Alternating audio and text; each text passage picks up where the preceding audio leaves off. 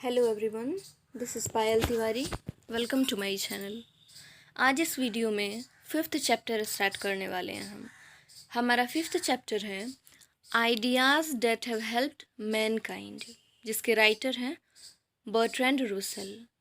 तो ideas that have helped Mankind, इसका मतलब है कि ऐसे विचार जिन्होंने मानव जाति की मदद की, यानी कहने का सेंस है कि ऐसे विचार जिन्होंने मानव जाति को विकसित करने में मदद की।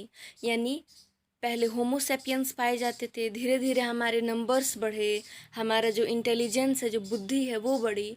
और देखिए आज का जो ह्यूमन बीइंग है, आज का जो इंसान है, वो कितना डेवलप्ड है, वो कितना इंटेलिजेंट है पहले के कंपेयर में। तो वही आज इस चैप्टर में हम ये पढ़ने वाले हैं कि आखिर वो कौन कौन से आइडियाज़ थे जिसकी वजह से होमोसेपियंस और हम में इतना अंतर पाया गया है। तो सबसे पहले तो हम राइटर का इंट्रो पढ़ेंगे। तो चलिए पहले इंट्रोडक्शन पढ़ते हैं राइटर का। तो बर्ट्रैंड रसेल का जो फुल नेम है वो है बर्ट्रैंड आर्थर विलियम रसेल, और इनका जन्म 1872 में हुआ था और उनकी मृत्यु 1970 में हुई थी। और ब्रिटिश फिलोसोफर, ये एक ब्रिटिश दार्शनिक थे, हिस्टोरियन इतिहासकार थे, मैथमेटिशियन थे, गणितज्ञ थे, एडवोकेट फॉर सोशल रिफॉर्म यानी समाज सुधारने के लिए एक वकील थे, पैसिफिस्ट मतलब होता है शांतिवादी, and a prominent rationalist of the 20th century. Prominent मतलब होता है मशहूर, फेमस। तो एक विख्यात क्या थे, रैशनलिस्ट यानी तर्कवादी। तर्कवादी हम उसे कहते हैं जो किसी भी विषय पे तर्क करता है, यानी जो ऐसा नहीं है कि कोई बात है जो पहले से सब मानते आ रहे हैं तो हम भी मान लें, इस टाइप के नहीं थे बर्ट्रैंड रसेल। वो सब चीज़ में तर्क करते थे, उसका कारण जानते थे।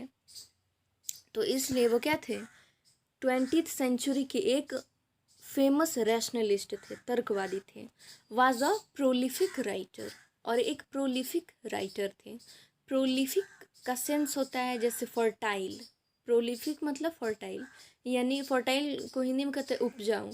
यानी ये जो राइटर थे बर्ट्रैंड रसेल, ये एक फर्टाइल राइटर थे, यानी बहुत सारे टॉपिक्स, नए नए टॉपिक्स लेकर आते थे, नए नए टॉपिक्स को होस्ट करते थे, नए नए टॉपिक्स के बारे में लिखते थे, लोगों के सामने लाते थे नई नई बातें अपने राइटिंग के ज़रिए।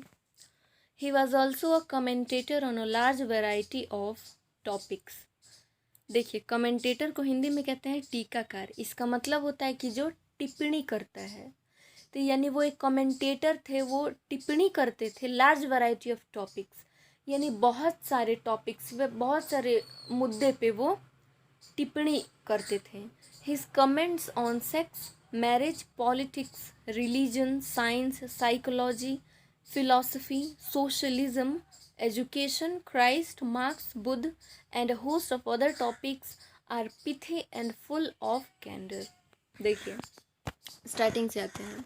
हिज कमेंट्स, उनकी जो टिप्पणियाँ थी किस पे, सेक्स यानी कहने का मतलब है जेंडर, यानी मेल फीमेल, मैरिज शादी को लेके, शादी पे जो उन्होंने टिप्पणी की, पॉलिटिक्स राजनीति, रिलीजन धर्म, साइंस विज्ञान, मनोविज्ञान, उसके बाद दर्शन शास्त्र, सोशलिज्म समाजवाद, और जो शिक्षा है, एजुकेशन है, क्राइस्ट मतलब यहाँ जीसस क्राइस्ट, जो क्रिश्चियन लोग के जो भगवान होते हैं जीसस क्राइस्ट, उन पे इन्होंने टिप्पणी की।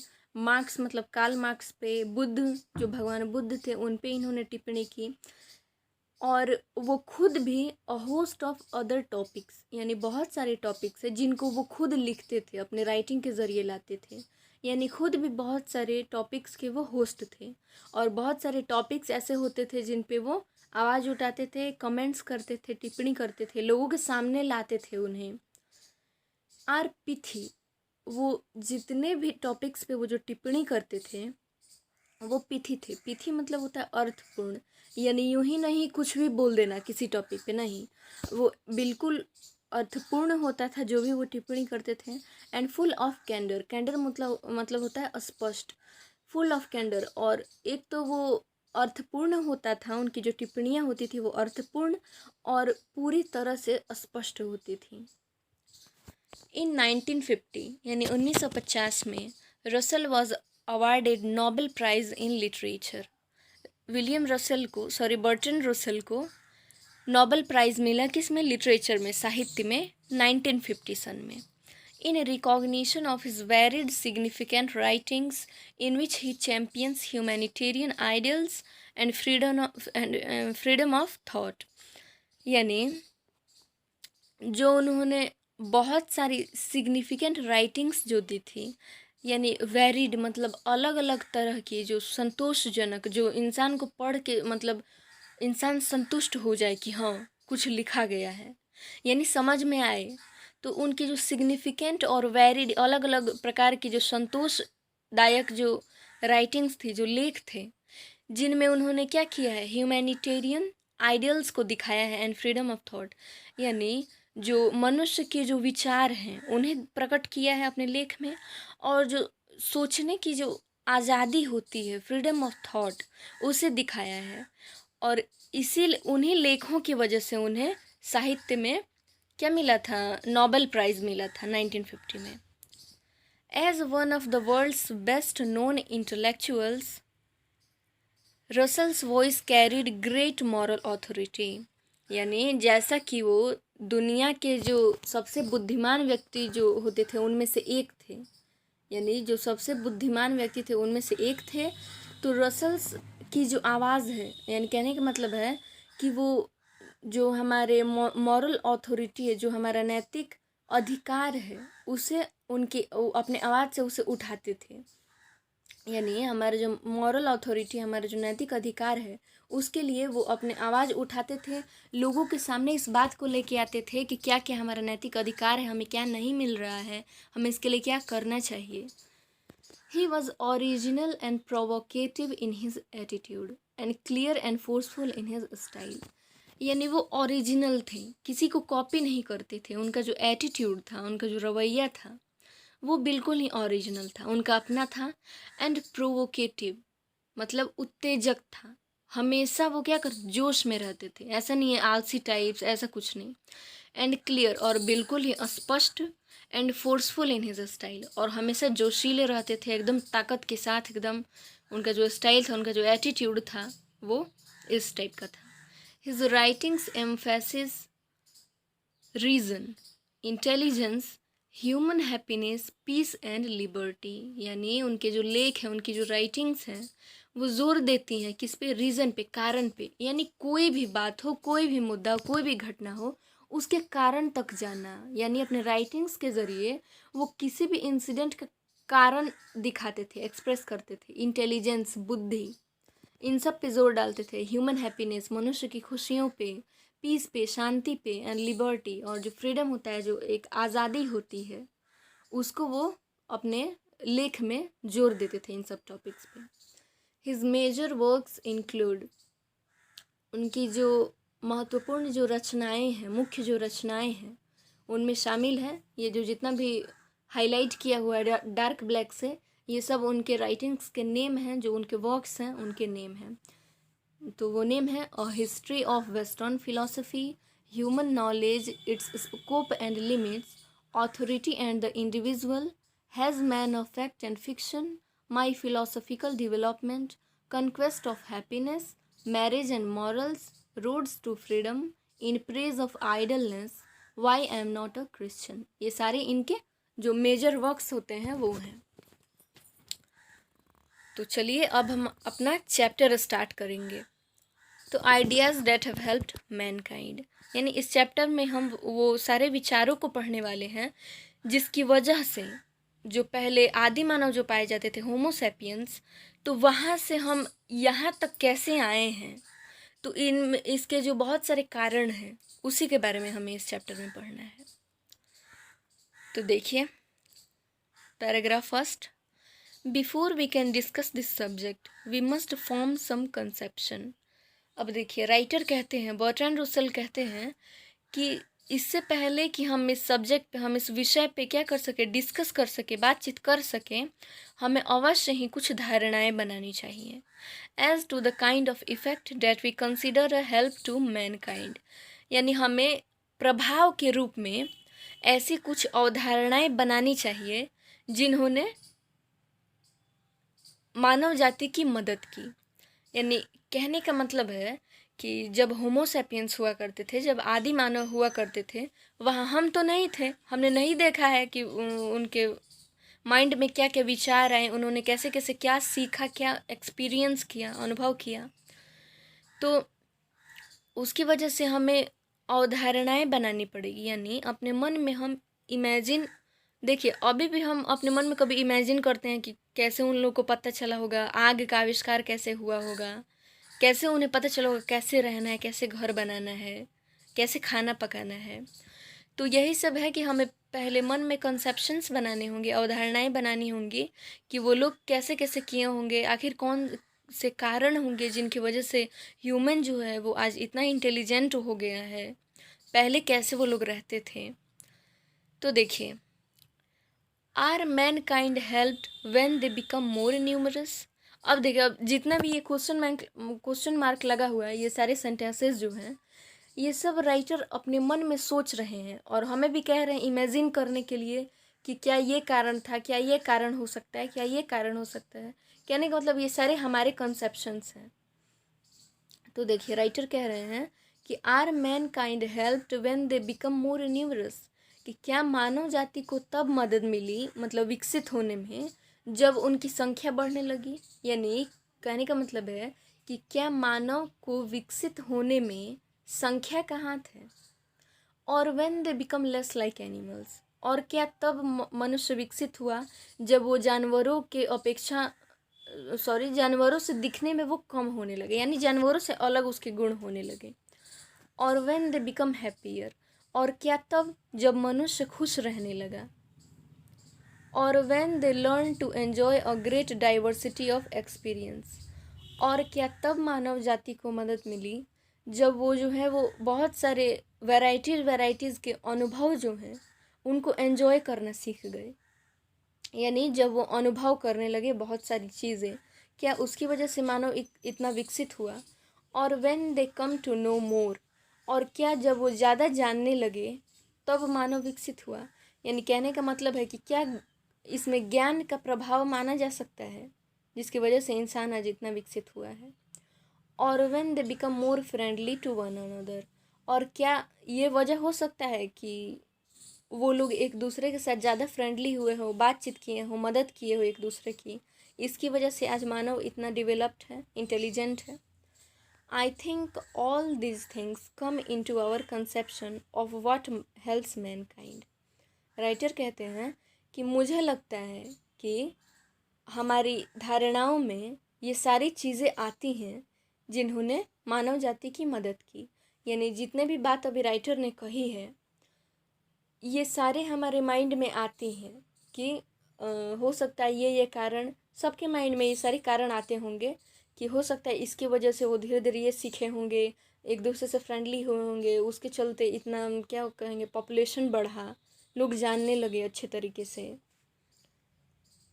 And I will say a preliminary word about them. Writer कहते हैं कि और मैं कुछ प्रारंभिक शब्द इनके बारे में कहना चाहता हूँ। यानी सबसे पहले तो राइटर कंसेप्शन बनाते हैं कि मतलब क्या ये कारण हो सकते हैं मनुष्य को विकसित करने में, और उसके बाद इन पर वो क्या करेंगे, टिप्पणी करेंगे कि आखिर हम जो बोल रहे हैं इसमें कितनी सच्चाई है, अगर नहीं है तो क्यों है। तो देखिए paragraph 2, the most indubitable respect in which ideas have helped mankind is numbers. Writer कहते हैं कि जो सबसे पहला जो निस्संदेह कारण हम मान सकते हैं जिसने मानव जाति की मदद की वो है संख्या। यानी मानव जाति तभी तो विकसित हुई जब उनकी संख्या बढ़ने लगी। There must have been a time when Homo sapiens was a very rare species. Writer कहते हैं कि अवश्य ही एक ऐसा समय रहा होगा जब होमो सैपियंस एक दुर्लभ प्रजाति रहे होंगे। यानी जैसे कोई जानवर होता है, जैसे जानवर बहुत कम पाए जाते हैं, वैसे ही पहले इंसान भी कम पाया जाता होगा, क्योंकि तब इंसान भी जानवर जैसा ही था। Subsisting precariously in jungles and caves, terrified of wild beasts. यहाँ बिट्स नहीं होगा, BEASTS होगा। बिस मतलब होता है कीड़े मकोड़े, जंगली जानवर। तो देखिए राइटर कहते हैं कि सबसिस्टिंग प्रिकेरियसली, यानी जो होमोसेपियंस थे वो बहुत ही दुर्लभ प्राणी रहे होंगे और वो जंगल में, गुफाओं में अपना जो जीवन यापन है वो बहुत खतरनाक तरीके से करते होंगे, यानी बहुत डर डर के, टेरिफाइड ऑफ विल बिस्ट, यानी जो जंगली जानवर है, जंगली कीड़े मकोड़े हैं, उनसे डर डर के बहुत ही भयानक तरीके से वो अपना जीवन यापन करते होंगे जंगल्स में और गुफाओं में। हैविंग डिफ़िकल्टी इन सेक्यूरिंग नॉरिशमेंट, और यहाँ तक कि उन्हें जो उनका जो भोजन है उन्हें भी प्राप्त करने में बहुत ही डिफ़िकल्टी होती होगी, बहुत ही कठिनाई का सामना करना पड़ता होगा। At this period the biological advantage of his greater intelligence which was cumulative because it could be handed on from generation to generation, had scarcely begun to overweigh the disadvantages of his long infancy.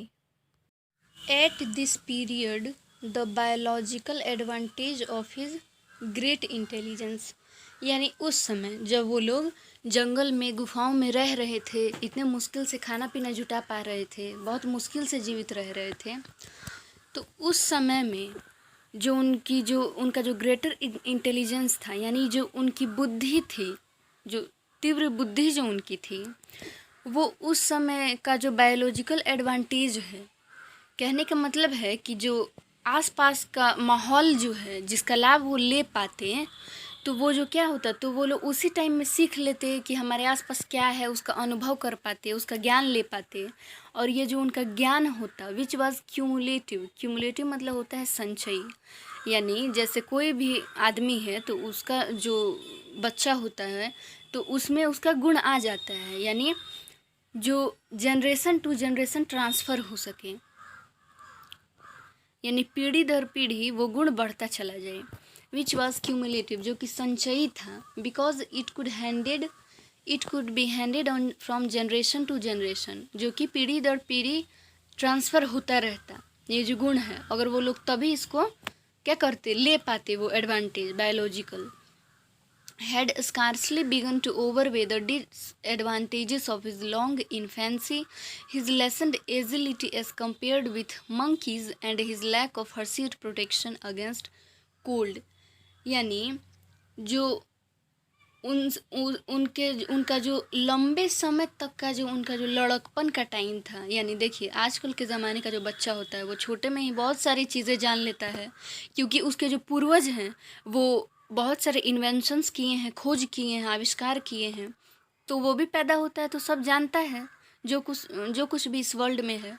लेकिन उस वक्त का बच्चा जो आदि मानव जो होते थे, उनका जो बचपन का जो समय होता था वो काफ़ी लंबा होता था, यानी कहने का मतलब वो बड़े होने तक भी कुछ नहीं जानते थे, और वो बंदरों जैसा फुर्तीला भी नहीं थे ताकि वो उस बायोलॉजिकल जो एडवांटेज था उसको ले पाते। कहने का मतलब उसमें सरवाइव करना ही उनके लिए मुश्किल था, और उनके पास ठंड से बचने के लिए रोएदार बाल भी नहीं थे।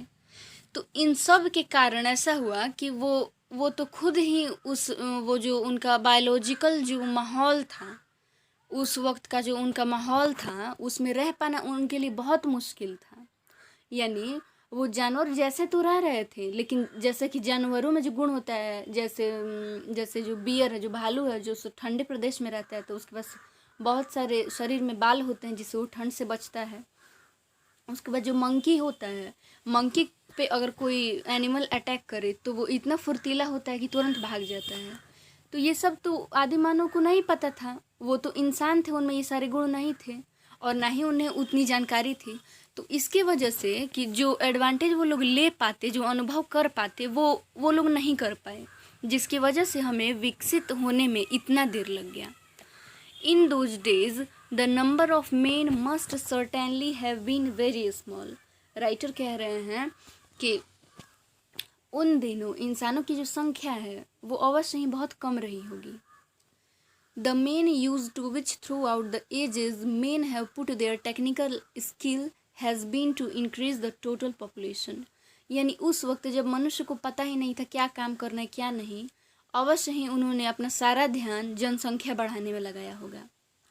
I do not mean that this was the intention. Writer कह रहे हैं, बर्ट्रैंड रसेल कह रहे हैं कि मेरे कहने का मतलब ये नहीं है कि उनका यही इरादा था, यही इंटेंशन था, मकसद था कि हमें बस जनसंख्या बढ़ाते जाना है, but that it was in fact that the effect if this is something to rejoice in then we have occasion to rejoice. देखिए राइटर क्या कह रहे हैं कि उस वक्त जो आदि मानव थे वो उतना कुछ जानते नहीं थे कि हमें क्या करना है, कैसे रहना है, घर बनाना है, क्या क्या करना है फ्यूचर के लिए, कुछ भी उन लोग को नहीं पता था। तो वो लोग बस बैठे बैठे जनसंख्या बढ़ाएं, जनसंख्या को बहुत बढ़ा दिए। हालांकि उनका ये इरादा नहीं था कि हमें बस जनसंख्या बढ़ाना है। कहने का मतलब था कि वो लोग उस वक्त इतना ही जानते थे, जो काम वो जानते थे वो उन्होंने किया। अगर वो ज़्यादा जानते होते तब ना हमारे लिए कुछ कर जाते, कुछ ऐसा। तो वही राइटर कर रहे हैं कि अगर ये कुछ ऐसा है जिसके लिए हमें उत्साह मनाना चाहिए, सेलिब्रेट करना चाहिए कि हाँ हाँ हमारे पूर्वज बहुत जनसंख्या बढ़ा दिए, तब तो हम लोग को तो बस मौका ही चाहिए एंजॉय करने का। यानी व्यंग कर रहे हैं राइटर, कह रहे हैं बर्ट्रैंड रसेल कि ये कोई बड़ी बात नहीं है। यानी कहने का मतलब है कि ये बहुत खुश होने वाली बात नहीं है कि हाँ हमारी जनसंख्या बहुत बढ़ गई है इसलिए मानव जो है वो बहुत विकास कर लिया है, ऐसा कुछ नहीं है। चलते हैं थर्ड पैराग्राफ पे। We have also become in certain respects progressively less like animals. कह रहे हैं राइटर कि हम लोग जो हैं वो कुछ मामलों में जानवरों से अलग हैं, यानी प्रोग्रेस के कुछ मामलों में हम लोग जानवर से अलग हैं। I can think in particular of two respects. Writer कह रहे हैं कि मैं इस बात को दो तरह से सोच सकता हूँ। First, that acquired as opposed to congenital, यानी skills play a continually increasing part in human life. अब देखिए पहला जो कारण है वो बता रहे हैं राइटर कि जो सबसे पहला कारण है जिसके वजह से मनुष्य जो है वो जानवर से अलग है, कि जो जानवर का जो बच्चा होता है वो पैदाइशी ही गुण लेके आता है। यानी जो उसके माता पिता जैसे खाना, दौड़ना, भागना, ये सब जो है नॉर्मली वो जब पैदा होता है तभी सब सीख जाता है, यानी वो उसके बर्थ से ही वो सारे गुण उसमें आ जाते हैं। लेकिन जो इंसान है उसके पास स्किल्स होते हैं, यानी उसके पास कौशल होता है जिसे यूज़ करके, जिसका प्रयोग करके वो अपने जो उनका करने वाला काम है, जो उनकी बुद्धि है, उसे बढ़ाता जाता है। तो यानी कहने का मतलब है कि एक फ़र्क तो ये हुआ कि जानवर का बच्चा अपने माता के गर्भ से ही वो सीख कर आता है, जो भी नॉर्मली जो भी जानवर जो काम करते हैं वो। लेकिन जो मनुष्य का बच्चा होता है वो अपने स्किल से, अपने कौशल से बहुत सारी नए नए चीज़ें सीखता है, जो चाहे वो सीख सकता है। एंड सेकेंडली, और दूसरी बात ये है, that assuming more and more dominates impulse. In these respects, we have certainly become progressively less like animals. यानी मनुष्य के पास जो है वो बहुत सारी लालसाएं होती हैं, बहुत सारा पैशन होता है, एक लगन होती है कि मैं हमेशा आगे बढ़ते जाऊं। जैसे जो जानवर है, मानिए उसको भूख लगी, उसने घास खाया तो हो गया, वो तो संतुष्ट हो गया। बट इंसान जो है उसे जितना दिया जाता है वो चाहता है कि हमेशा मैं आगे बढ़ूं। एक जो उसकी चाह है हमेशा आगे बढ़ने की, वो उसे जानवरों से अलग करती है। As to happiness I am not sure. अब देखिए, एक तो हम लोग एक अवधारणा एक और बनाए थे कि क्या खुशी के मामले में, कि क्या इंसान इस वजह से विकसित हुआ क्योंकि वो ज़्यादा खुश रहने लगा। तो वही राइटर कर रहे हैं कि जहाँ तक खुशी की बात है, as to happiness I am not sure, यानी मैं श्योर नहीं हूँ, मैं निश्चय नहीं हूँ। Birds, it is true, die of hunger in large numbers during the winter if they are not birds of passage. Writer कह रहे हैं कि जो चिड़िया होती है, ये सच है कि जाड़े के महीने में ये जो चिड़ियाएँ होती हैं वो भूख की वजह से बहुत सारी चिड़िया मर जाती हैं। मतलब बहुत सारी संख्या में चिड़िया जो है वो ठंड के दिनों में भूख से मर जाती है। If they are not birds of passage, लेकिन अगर वो घरेलू चिड़िया नहीं होती हैं वो तो वो मर जाती हैं। और घरेलू जो है उससे तो घर वाले खाना दे देते हैं, दाना देते हैं उसे। But during the summer, they do not foresee this catastrophe or remember how nearly it befell them in the previous winter. लेकिन गर्मी के दिनों में वो ये बात नहीं देख पाती हैं। यानी कहने का मतलब है कि जब गर्मी का दिन आ जाता है तो वो ये बात नहीं देख सकती हैं कि ओ इसके बाद फिर जाड़े का मौसम आएगा, फिर हम भूखे मरेंगे। ना वो ये बात देख सकती हैं, यानी ना अपने फ्यूचर के बारे में कुछ सोच सकती हैं, और ना ही याद रख सकती हैं कि पिछले ठंडे में हमारा कैसा हालत हुआ था, हम लोग किस दौर से गुजरे थे। तो कहने का मतलब है कि बर्ड्स जो हैं, यानी जो एनिमल्स हैं, उनके पास ये ताकत नहीं होती कि वो फ्यूचर के लिए कुछ प्लान कर सके, या अपना जो पिछला जो दुख उन पे गुजरा है, जो भी उन्होंने फेस किया है, उसे वो याद रख सके। With human beings the matter is otherwise. Bertrand Russell कर रहे हैं, लेकिन हम इंसानों के साथ ये जो कुछ अलग है। I doubt whether the percentage of birds that will have died of hunger during the present winter, यानी 1946 to 47, is as great as the percentage of human beings that will have died from this cause in India and Central Europe during the same period।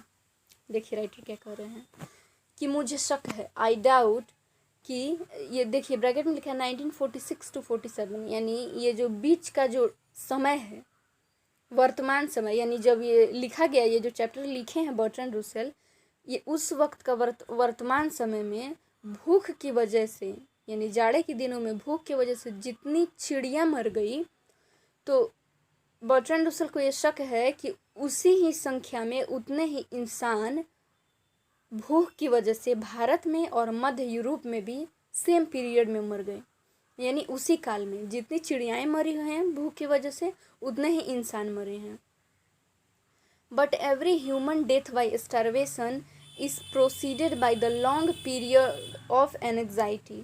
लेकिन जो कोई भी इंसान अगर क्या करता है, भूख की वजह से मरता है, तो वो डायरेक्ट एक बार में ही मर नहीं जाता है, वो बहुत पहले से सोचता होता है, एनजाइटी, बेचैन होता है बहुत लंबे समय से, and surrounded by the corresponding anxiety of neighbours, और उसके जो पड़ोसी होते हैं, यानी कहने का मतलब है कि कोई भी इंसान है या उसके अगल बगल रहने वाले लोग हैं, तो जैसे मनुष्य, जैसे हम लोग हैं, तो मान लीजिए आने वाले समय में क्या प्रॉब्लम होगा, ये हम लोग अभी से ही सोचना शुरू कर देते हैं।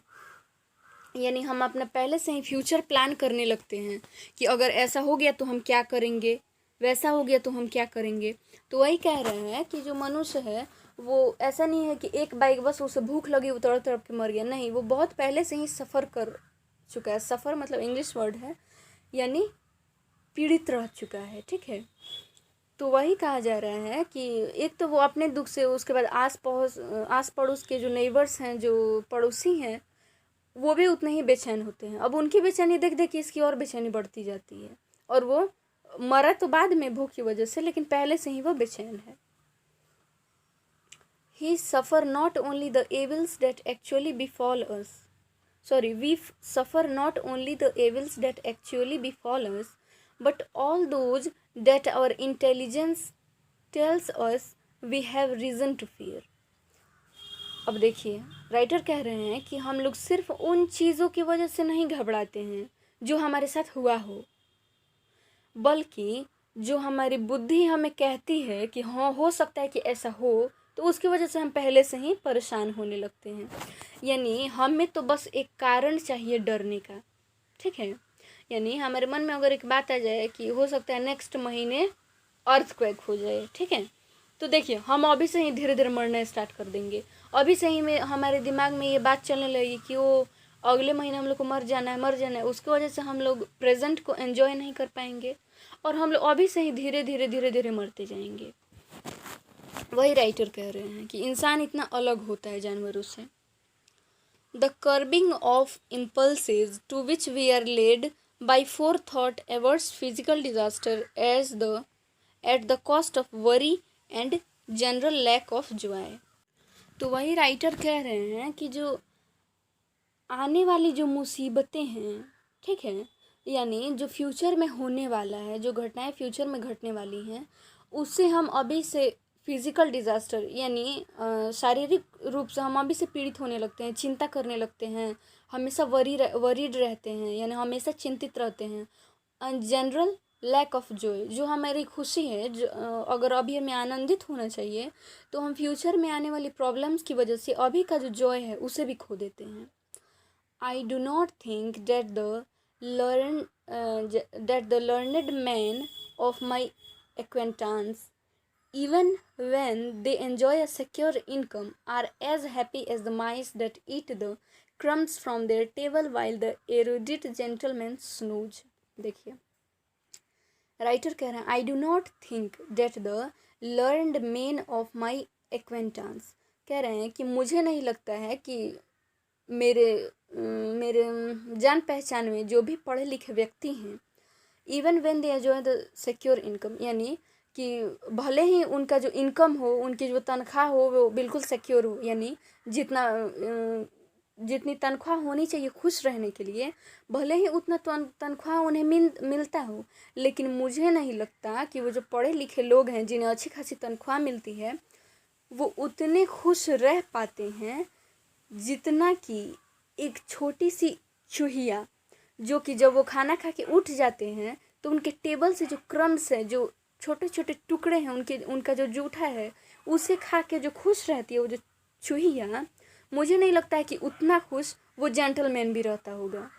नहीं, कहने का मतलब है कि ये जो हमारे में ये जो क्वालिटी है कि हम पास्ट की जो बातें हैं उसे याद रखते हैं, या फ्यूचर में जो आने वाला है उससे अभी भी परेशान हो जाते हैं, तो एक्चुअली इसे क्वालिटी नहीं कहा जाएगा, क्योंकि इसके वजह से हम एंजॉय नहीं कर पाते. अब देखिए, वही लिखा हुआ है कि जैसे हम लोग हैं, हम लोग के दिमाग में कोई और टेंशन चल रहा है, मान लीजिए हम लोग खाना खा रहे हैं, टेंशन चल रहा है, हम लोग एंजॉय नहीं किए, तो वही कह रहा है कि जब जेंटलमैन स्नूज, यानी जब जेंटलमैन झपकी ले रहा होता है खाना खाने के बाद, तो एक चूहिया जो उसके टेबल से जूठा खाती है उसका चुन के, वो उस जेंटलमैन से ज़्यादा खुश होती है, यानी जो एनिमल्स है वो हमसे ज़्यादा खुश रह पाते हैं.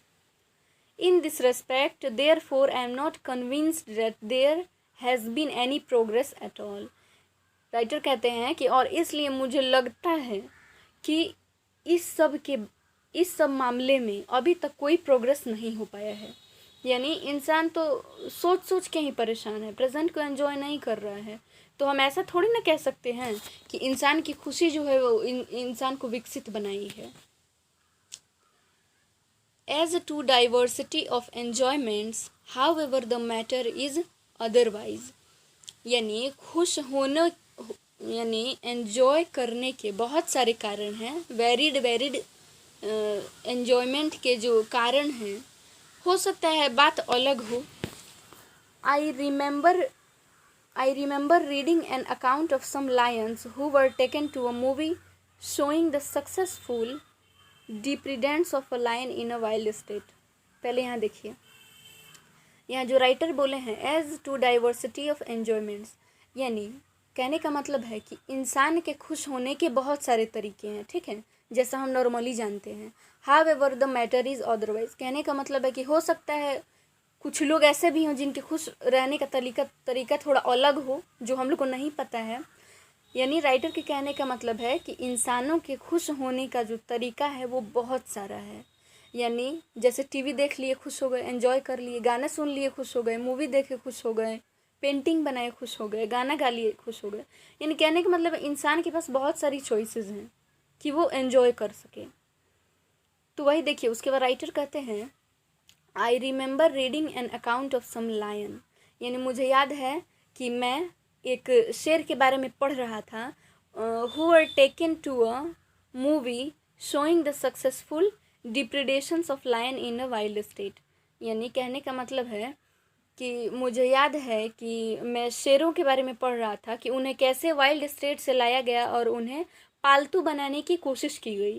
कहने का मतलब है कि उन्हें जंगल से लाया गया और उन्हें डोमेस्टिक, मतलब पूरा जो उनकी जो रिक्वायरमेंट्स है वो उन्हें देने लग गए, ताकि जैसे देखिए जंगल से पकड़ के शेर लाया जाता है, पिंजरा में रख दिया जाता है, तो जंगल में तो शेर को खुद से शिकार करने की ज़रूरत पड़ती है, लेकिन पिंजरे में तो उसे खुद से प्रोवाइड किया जाता है उसका पूरा खाना होना सब. तो वही लिख रहा है कि but none of them got any pleasure from the spectacle, यानी जो लायंस हैं उनको मूवी दिखाई गई, ठीक है, लायंस को मूवी दिखाई गई बस, बट जितने भी लायंस थे उसमें से किसी को कोई खुशी नहीं मिली वो तमाशा देख के। Not only music and poetry and science but football and baseball and alcohol afford no pleasure to animals. यानी सिर्फ म्यूजिक, पोएट्री यानी कविताएं और सिर्फ कविताएं, गाना, साइंस मतलब विज्ञान ही नहीं बल्कि फुटबॉल, बेसबॉल, शराब, इन सब में से किसी भी चीज़ ने जानवरों को खुश नहीं किया। Our intelligence has therefore certainly enabled us to get a much greater variety of enjoyment than is open to animals. देखिए, राइटर कह रहे हैं कि इसलिए हमारी जो बुद्धि है, ठीक है, उसने हमें एंजॉय करने का इतना सारा रास्ता खोल दिया है जितना जानवरों के लिए नहीं खुला है।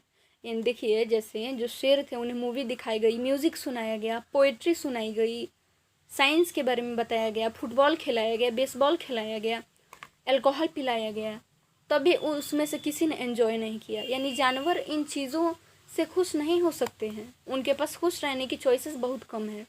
लेकिन हम जो हैं, हम जो ह्यूमन बीइंग्स हैं, उनके लिए जैसे हम लोग जैसे कोई पोएट्री सुनते हैं तो खुश हो जाते हैं, म्यूज़िक सुनते हैं खुश हो जाते हैं, खेलते हैं तो खुश हो जाते हैं। तो वही कह रहे हैं राइटर कि हमारा जो इंटेलिजेंस है यानी इंसान की जो बुद्धि है उसने इंसान को खुश करने के बहुत सारे तरीके खोल रखे हैं। But we have purchased this advantage at the expense of a much greater liability to boredom. यानी लेकिन हमने क्या किया है, इन सारी खुशियों के बदले, यानी ये सारी जो खुशियाँ हैं उसे दे के उसके बदले क्या ले लिया है, बोर्डम यानी दुख, उदासी, उदासी का एक बोझ हमने अपने सर पे ले लिया है। क्योंकि हमारे पास इतने सारे रास्ते हैं एंजॉय करने के, खुश रहने के, फिर भी हम लोग देखिए कैसे हैं कि हम लोग एंजॉय थोड़ी देर के लिए करते हैं फिर दुखी हो जाते हैं, फिर किसी बात के लिए टेंशन ले लेते हैं। लेकिन एनिमल्स को देखिए कि एनिमल्स के पास इतनी थोड़ी सी जो चांसेस है खुश होने के, जो इतने सारे उनके कारण हैं, फिर भी वो क्या होते हैं, संतुष्ट रहते हैं। भूख लगी, खाना खाया, बस संतुष्ट। ऐसा थोड़े जानवर बैठ के रोया करते हैं हमारी तरह या सैड बैठे रहते हैं, ऐसा कुछ नहीं है। But I shall be told that it is neither numbers not multiplicity of pleasures that make the glory of man. Writer कह रहे हैं कि लेकिन मुझे अवश्य ही ये बात कह देना चाहिए कि ना ही इंसान की संख्या और ना ही उसकी जो बहुत सारी खुशियाँ हैं उसने इंसान को महान बनाया है। कहने का मतलब है इंसान को विकसित बनाने में, इंसान को महान बनाने में उसकी खुशियों का या उसकी संख्या का कोई हाथ नहीं है। It is his intellectual and moral qualities. यानी वो इंसान की बुद्धि है और उनका जो नैतिक गुण है, इन दोनों चीज़ों ने इंसान को महान बनाया है। It is obvious that we know more than animals do.